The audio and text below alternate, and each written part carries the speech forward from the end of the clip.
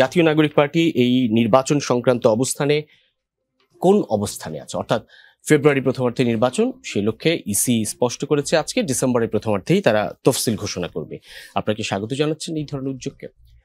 ধন্যবাদ জানাচ্ছি আমার সহ আলোচক যারা আছেন, আমার যথেষ্ট শ্রদ্ধার আলোচকরা এখানে আজকে আছেন এবং যারা দেখছেন। দেখুন, কিছু ব্যাপার আমরা কিন্তু প্রথম দিক থেকে আমরা বলে এসেছি। বাংলাদেশের যে আলটিমেট যে process of democracy, this is the only option is election. There is no doubt, এটা তো আমরা সবাই জানি। এখন দেখেন, ইলেকশনের দিকে আমাদেরকে ক্রমান্বয়ে আমাদেরকে ছুটে চলতে হবে। এটা আমি যদি খুবই জেনারেল একটা অ্যাসপেক্ট থেকে বলি, এটাই তো প্রসেস হওয়ার কথা, এটাই তো প্রসেস হওয়া উচিত। এই ইলেকশন কেন্দ্রিক কারো কিন্তু কোনো দ্বিমত কখনো ছিল না। আমরা মাঝে মাঝেই ভুল ফ্রেম করি, মাঝে মাঝে আমরা একটু এভাবে করে দেখানোর চেষ্টা করি যে এনসিপি ভার্সেস ইলেকশন। মাঝে মাঝে আমরা এটা দেখানোর চেষ্টা করি, অনেক সময় এটা দেখানোর চেষ্টা করি, যদিও এই কাউন্টার আমার দিক থেকে না দিলেও চলে, তাও বলছি যে সরকার ভার্সেস ইলেকশন।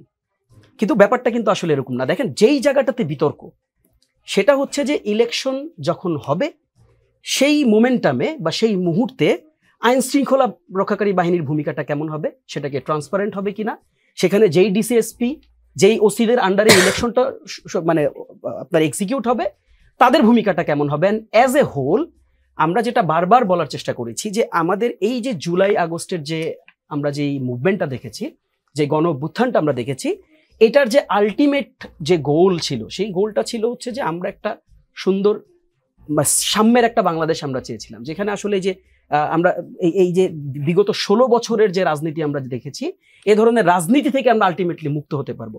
আমরা যে ধরনের অপরাজনীতি আমরা দেখেছি, সেই জায়গা থেকে আসলে আমরা স্বস্তি পাবো। আমাদের সাধারণ ছাত্র জনতা, একেবারেই আপামর যে জনতার যে পার্টিসিপেশন ছিল এই গণঅভ্যুত্থানে, এটা কিন্তু সেটাকে কেন্দ্র করেছিল। এখন থিং ইজ, আপনাকে এটা আগে বিবেচনা করতে হবে, আগে এটাকে আপনাকে বিশ্লেষণ করতে হবে যে এই আইন শৃঙ্খলা বাহিনীর যে পজিশন, সেটা আসলে ফেয়ার থাকবে কিনা, এটা ফার্স্ট কোশ্চেন। সেকেন্ড, আরেকটা পজিশন দেখেন, আমরা বারবার একটা জিনিস বলার চেষ্টা করেছি, আমার কাছে মনে হয়েছে যে এখানে যারা আছেন তাদের ওই জায়গাটাতে দ্বিমত করার সুযোগ নেই। কেন নেই? দেখেন, আমরা বাংলাদেশে খুবই চমৎকার একটা প্রক্রিয়া কিছুদিন আগে কিন্তু আমরা সবাই এটার উইটনেস, লিভিং উইটনেস। বাংলাদেশে এই ধরনের প্রক্রিয়ার মধ্যে দিয়ে বাংলাদেশ কখনোই যায় নাই। যেটা আমরা দেখেছি যে আপনার যে সংস্কার কমিশনের যে আলোচনা আমরা দেখেছি, সেখানে একসাথে সকল দল এক জায়গায় বসেছে, তারা বিভিন্ন বিষয়তে আলোচনা করেছে। হ্যাঁ, কিছু কিছু জায়গায় হয়তো নোট অফ ডিসেন্ট, আমরা সেটাও তো একটা ভালো চর্চা, সেটা তো খারাপ কোনো চর্চা না। কারণ আপনি যদি ব্যাপারটা যদি এমন হয় যে ডক্টর মোহাম্মদ ইউনূসের পক্ষ থেকে যা বলা হবে সবাই বলবে যে হ্যাঁ লাভবাই, খুবই ভালো, আপনি যেটা বলছেন এটা আমরা সবাই মেনে নিলাম, তাহলে তো বিউটি অফ ডেমোক্রেসিটা হারিয়ে যাবে। কাজেই বিএনপি এক কথা বলবে, সেখানে জামাত ইসলামী আরেক কথা বলবে, সেখানে এনসিপি আরেকটা কথা বলবে। এই বহুমত নিয়েই তো ডেমোক্রেসিটাকে এগিয়ে নিতে হবে আমাদের। কাজেই এই যে আমরা সংস্কার কমিশনের যে আলোচনাটা দেখেছি, সেটাকে কেন্দ্র করে যে জুলাই সনদটি আসার কথা, দেখেন সেই জুলাই সনদ বাস্তবায়নের ব্যাপারে আপনার এনসিপি কে মাথায় রাখার দরকার নেই। জনগণের কাছে সেই কনফিডেন্সটা ডেভেলপ করতে হবে। সেই কনফিডেন্সটা কি আছে বলে মনে হয়? আমি সেটার উত্তরটাই দিচ্ছি। সেই কনফিডেন্সটা আপনাকে দিতে হবে যে জুলাই সনদে যে সিদ্ধান্তগুলো পার্টিগুলো গ্রহণ করবে বা সাইন করবে, এই সত্যিকার অর্থে সেই সিদ্ধান্তগুলো বাস্তবিত হবে। এখন ঘটনাটা কোথায়? ঘটনাটা হচ্ছে ঠিক এই পয়েন্টে। আমাদের প্রপোজিশনটা হচ্ছে, হ্যাঁ, আপনি যেটা হয়তো নিশ্চয় বলবেন যে সংস্কার তো ভাই একটা চলমান প্রক্রিয়া, এটা সারা জীবন ধরে চলবে, which is very right. We do not even have any disagreement regard this.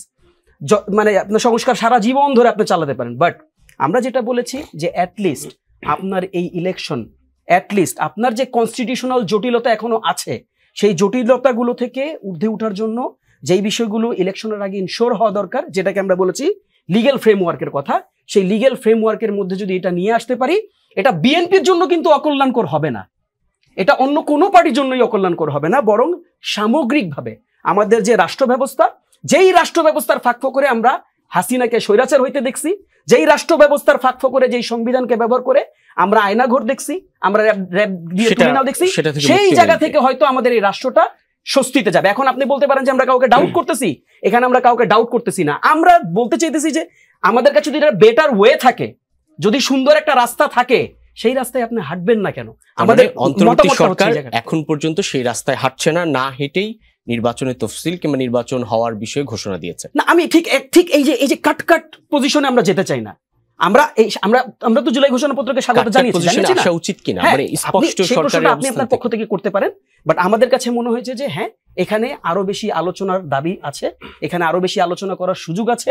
আমার কাছে মনে হয় যেহেতু সংস্কার কমিশনে আমরা অনেক দ্বিমত বিষয় ছিল, তো আমরা একটা জায়গায় একটা টেবিলে আমরা আসতে পারছি। আমার মনে হয় যে বিএনপি যদি একটু উদারতার পরিচয় দেয়, আদার পলিটিক্যাল পার্টিস গুলো যদি আরেকটু করে উদারতার পরিচয় দেয়, তাহলে এই সংকটগুলো আমরা নিরসন করতে পারবো। তবে খেয়াল রাখতে হবে আমাদের এই যে সৌহার্দ্যপূর্ণ আলোচনায় যাতে অন্য কেউ ফাঁকফোকর দিয়ে ঢুকে আমাদের মধ্যে বিভেদ সৃষ্টি করতে না পারে।